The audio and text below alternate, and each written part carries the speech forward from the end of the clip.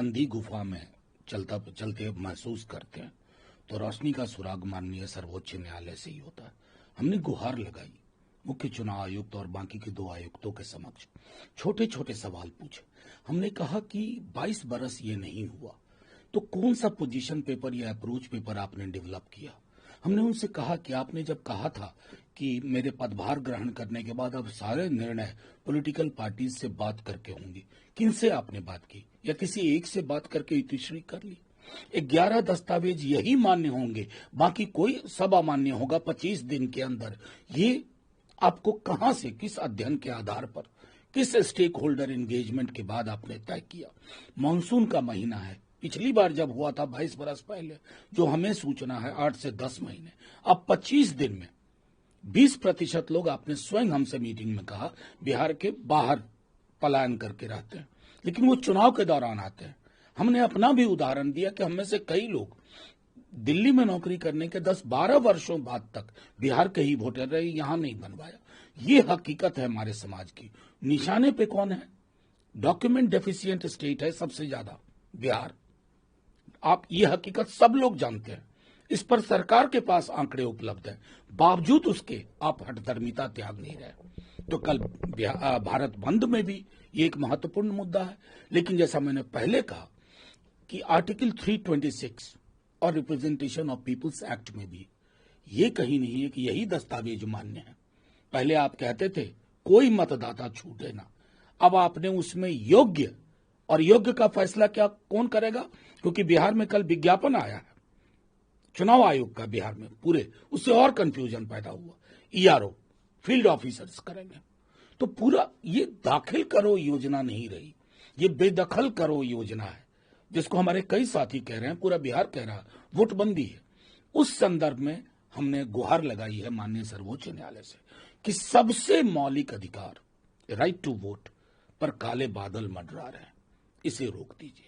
लेकिन sir, CEC Gyanesh Kumar ji लगातार defend कर रहे हैं जो ये स्पेशल ड्राइव जो चल रहा है उसको लेकर के। वो कह रहे हैं कि कहीं कोई इस तरह का चेंज नहीं होगा। उनका ये कहना है कि परिस्थितियां बदल गई हैं, बहुत सारे लोग बिहार से बाहर रह रहे हैं और उनके वोटर आई कार्ड बिहार के बाहर के हैं। नहीं, देखिए, मैं इसको मानता हूं ये हठधर्मिता होती है।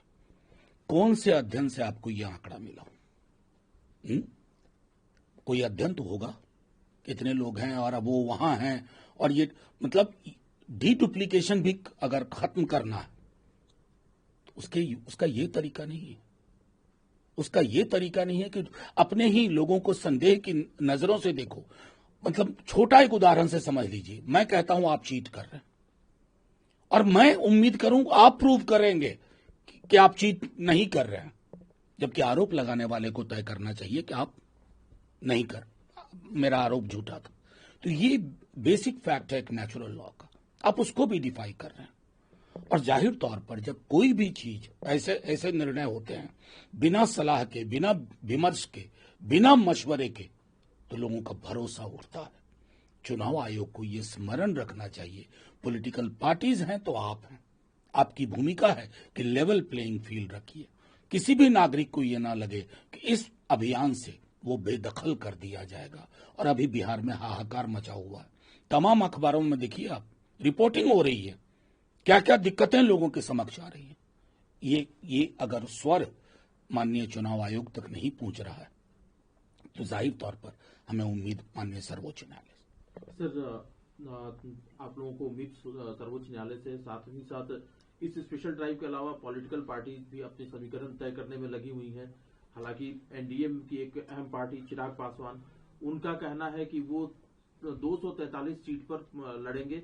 एनडीए की तरफ से सफाई दी जा रही है कि वो सब एनडीए का ही हिस्सा है और एनडीए 243। देखिए, अब मैं उनके अंदर जो ये चीजें चल रही हैं उस पर मैं टिप्पणी करूं उचित नहीं है, लेकिन संभवतः किसी जगह बोलते बोलते लॉ एंड ऑर्डर की चिंता के साथ साथ उन्होंने जोड़ दिया कि इस हालत में मैं 243 सीट पर लड़ूंगा। तो अभी तो आप कैबिनेट मंत्री हैं, कोई दिन ऐसा नहीं जाता है, चाहे आपका वार सर्विस हो या कोई अखबार या कोई मीडिया, जब बिहार के किसी न किसी जिले से हत्या, बलात्कार, डकैती, छिनतई की खबर ना आती हो। और तब आपकी प्राथमिकताओं में क्या है मैं नहीं जानता, लेकिन जाहिर तौर पर एनडीए के अंदर मैं समझता हूं स्क्रिप्ट एक ही जगह से दो तीन अलग अलग पार्टियों को आती है, कभी कभी उन्हें स्क्रिप्ट में भी सामंजस्य नहीं बैठ पाता है। सर, राहुल गांधी का भी बिहार दौरा होने वाला है। वो इससे पहले भी कई बार दौरे कर चुके हैं। आप जो गठबंधन की स्थिति होगी, जो आरजेडी जिसका नेतृत्व करता है, उसमें क्या बिल्कुल स्थिति अच्छी है। देखिए अलग अलग पार्टियों के फुटप्रिंट में अगर मजबूती आती है ना, तो ओवरऑल फुटप्रिंट की मजबूती होती है। सीपीआईएमएल हो, वीआईपी हो, सीपीआई हो, सीपीएम हो, भारतीय राष्ट्रीय कांग्रेस हो, राष्ट्रीय जनता दल हो, अगर ताकत इंडिविजुअली भी सबकी मजबूत हो रही है ना, तो वो सामूहिक ताकत के लिए वरदान साबित होती है। उसी संदर्भ में देखना चाहिए। सर, कल पटना में एक सनातन महाकुंभ का आयोजन किया गया था, जिसमें कि ये महाकुंभ कई दिनों से चल रहा है, जिसमें कि बागेश्वर धाम सरकार भी पहुंचे हुए थे, और उनका एक कहना था कि मेरा सपना है भगवाए हिंद। ये बातें उन्होंने कही हैं। मैं तो गांधी, नेहरू, अंबेडकर, लोहिया, जेपी के सपनों को मानने वाले हम लोग हैं। ये देश संविधान सम्मत ही रहेगा, संविधान से ही चलेगा, कोई दूसरे संघ का विधान नहीं। वही विधान इस देश को ताकत देता है। बहुधर्मी देश है, बहुभाषी देश है, विभिन्न वेशभूषाएं हैं, एक रंगा रंग नहीं है। एक रंगी सोच वाले लोग संविधान सम्मत धारा के समक्ष खारिज कर दिए जाएंगे। एक सवाल सर ब्रिक्स समिट से है। कल ब्रिक्स समिट में जिस तरह से भारत ने अपना पक्ष रखा, ब्रिक्स के 10 सदस्य देशों ने जो जम्मू कश्मीर के पहलगाम में जो हमला हुआ था उसको कंडेम किया, और भारत ने जिस तरह से स्ट्रांगली अपना पोजीशन रखा है, क्या कहना है? देखिए, मैं मानता हूं कि सार्थक पहल है। ब्रिक्स के निर्माण के वक्त से इसने उम्मीद जगाई थी इस प्लेटफॉर्म ने।